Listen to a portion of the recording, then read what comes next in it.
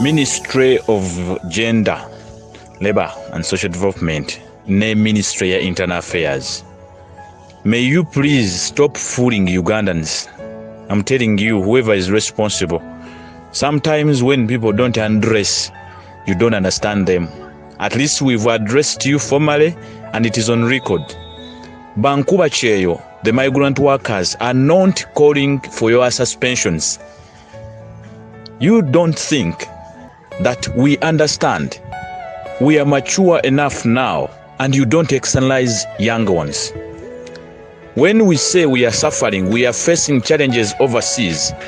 When we say we have issues abroad that needs you to support us, that doesn't call you to begin again suspending the people whom you connived. Mwegatana ba makampani mwekenyini kati mwewugusa mbu bamukwate kampani eyo bagikwate tugisuspendinze gye mususpendinga. I want to ask you, bo suspendinga company e Uganda etabadde Saudi Arabia nga balwepinga omwana, etabadde Saudi Arabia nga batulugunya, etatulugunyiza yabadde Uganda.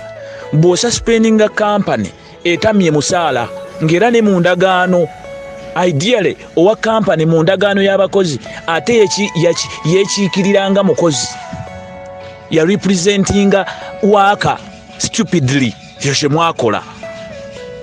Mbu ate nanyini company oba company eye Uganda yekiikirira omukozi mu ndagaano, olwo ne musooka mu forcing abakozi okusayininga endagaano bambi zibateetegekedde zibatasomye namu. Kati stupidly you want to tell us when a worker complains at work, then you want to arrest or suspend a Ugandan company which wasn't there. Etabadde yeeri nga balwepinga, etamye musaala, yakwata mwana n'emutikka n'emutwala Saudi. Teriyo omuntu gwe mulina okuvunaana ali Saudi, muleme kwewuguusa ng'omuntu ayonoonedde mu katale n'atandika okwefuula nti ani ayonoonye naye nga ate yakikoze. It is your responsibility mwe gender ne internal affairs to screen this process ne foreign affairs okulaba nti abaana b'abantu as you safely want to externalize them, nze kyesiita safe labor migration is organized trafficking. Mwewuguusa mukuvaayo, now you are suspending companies. Yes, after suspending them, what have you done? You mean those companies are not working? We see them still recruiting people. Have they been deregistered from the Uganda National Registration Bureau? Have they deregistered?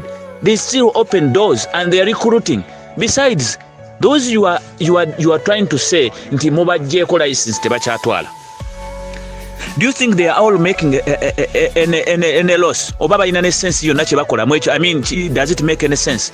When each of these directors, at least buli omu alina more than 2 companies, zayina oba more than 1, ogala eno n'asigala ng'akozesa eri, b'oziyiza okutwalira mweno baatwalira mweri. Therefore you better organize yourselves okusinga okubuzaabuza bannansi. Mweke nyini first of all mwagaana okusituka okugenda okwetegereza abaana bano abayayaana. Mweke nyini temuli ku ground. Bw'obuuza Ministry ya Laba, do you have attaches in Saudi Arabia eza Ministry ya Laba? Do you have attaches? Oba n'abakozi abali ku embassy mumenya bamenye. Muli mu kwewuguusa. When you suspend a company here in Uganda, does it have an impact? Oba kyongeza trafficking. Does it have an impact? It doesn't. You are just fooling abana Uganda bakulinga. The thing we want is inclusion. Ugandans overseas are not stupid. When you come out and you begin deciding for them, mubasalirengawo nga bwe mwagala, mugende mubatunde ng'ebijanjaalo mwe muyingize emisolo nga bwe mwagala. We are not stupid. We are not stupid and we are not going to let you off the hook. We shall make you mukuname until you wake up. Abamu this dollar excitement, dollars zemufuna mu Nkuba Kyeyo zibonoonye. You are now completely detached from the normal. You find a lady coming out ng'asoma list y'amakampani ge bakutte simanyi ne basuspendinga ne weewuunya. Respect your age. Now when you read tubuulire bukyanga otandika okulicensinga amakampani. As human trafficking stopped, people are bleeding in Dubai. People are incarcerated in different countries in the Gulf. they have got no support. I think your best approach, or the best approach you would have used, going over internal affairs, pushing a government because you are party, to make sure that they are former bilaterals and still there are monitoring systems overseas. Former bilaterals for these Ugandans to be externalized in those countries can give a safer way, better, and also together with a monitoring system. But you cannot go into a bilateral or etwala abaana mu nsi endala bakolereyo nga bakozi okimanyi bayita mu government cleared, ate neba nga toyinayo system egenda ku monitoring abaana abo. At the same time, bwe bafuna ebizibu ne ba complaining, you come and arrest a company director in Uganda. Are these company directors in Uganda rapists? Are they the ones who are denying the salaries in Saudi Arabia? Are they the ones deporting Ugandans in Saudi Arabia? Are they the ones torturing these girls whom you are touching everything? Secondly, you have to observe a tripartite structure as you do your stuff. And we are warning you. This time around, you figure it within your administration. Mwekole bimwagala mu ministry yomunda, forget the people. But you are going to face it rough. Because we are opening this industry. And it will not end. Your life will end, but it will not end. My life will end, but the industry will keep moving on. Therefore, for the good of my children and your children too, you who is blind with that dollar, olwokuba okola mu ministry, olwokuba in a company, you are blind. You don't see what we are talking about. We are trying to sensitize you to know what you ought to do, and we are not going to keep quiet. Tugenda kusirika. Mufuulinza abantu. Bwe muddamu ne mukola ebintu bino nga temuyise ba Nkuba Kyeyo, you are just kukota mu galumonde. Involve them. If you can put these brokers to order. We had brokers association yabatwala. It had divided into two. You fought so hard up to Salim Saleh. N'abayambako agifuulemu eddeyo efuuke yuwera. But it had splitted. Because you wanted them to be in order, to have some order. Why don't you organize the migrant workers? Why don't you listen to their voices? Why don't you listen to them? If you really want to continue accusing them, Ntibacham, put some order. Then that you use that order to blame them. Nete mugenda kukanya kubatikanga, kubasaako gasango, okubasaako ebintu ebitakwatagana, ne basibwa, ne batulugunyizibwa, nga mwekwasa abaana abo bacham, abaana abo babi, based on what? You want to represent us when you are not the workers? I want to ask you, bino bye musalirawo abaana ne mubasaako enkoligo, they are not involved in the decisions you are making. And now you come out, when they complain, you begin suspending companies, hoodwinking the public. Mbolo okola nnyo. Toyina byokola, temuyina bye mukola. Ngamba Ministry ya Gender and Laba. Temuyina bye mukola. Era abakulu abali muri baswavu nnyo. For the time you stay there and get into the mix, this compromise. Mulyaza amanyiza. And yet you are equally responsible for the suffering of Ugandans here in Uganda who are jobless every day because of your poor heads, poor planning. You think you understand a lot, nenga temuina chemutegera. You are messing up this country.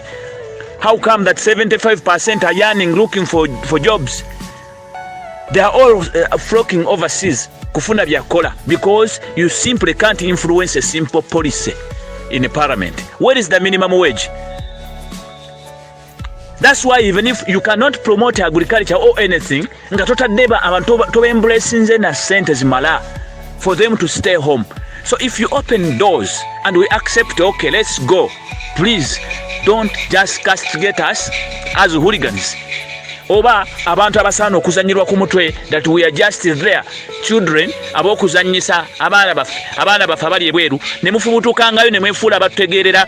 Ogeno laba nga akakulu mu ministry akavayo keyogeza n'omubuuza gundi oyogera bikigwe, oyogera biki, wali okubye ku Kyeyo, oyinza n'okuba tolina passport. Mutulekere ennaku yaffe n'okalaba nga ayogera ebigambo byatalinako research. Mugendera kumbuza aba relatives abamu who are just also shallow and myopic. They don't understand what we are talking about. Mujja gamba omusajja avuma. Unless you bring down omuntu w'owansi ono akera kumachane bamujje channa mukaka n'amalire Saudi Arabia nga talina na kyamanyi naye nga ani amututte. Kampani zammwe muzivunaane olw'obutakola obutatwala abaana mu training. Kuba teziba training, they don't give them what they deserve. And ideally they are not supposed to be the ones to train them. These workers are supposed to be oriented by their fellow workers in their associations, fellow colleagues that have experience. You know, nani mutamu kutufulinga. They are supposed to be oriented by their fellows. Naye mubakwata ne mbawe company oli yava mu kyalonga avuga boda company ne muleta afuka agent kati mbwate kati yasomesa abaana bagenda ku Kyeyo. Ne musomesa Misiri liyoka abaana ne batukanga ebweru nga they are just doing the contrary until they are imprisoned. Musomesa Misiri training centers zikola ki? Blame your companies for that. But you don't need okwewugusa mu kiseera ng'omwana amaze okubona abona ebweru n'otandika okujja okwefulamu ate kati you are arresting a company, simanyi you are suspending. Suspend all of them and we shall not tire. We need our petition on table. Thank you.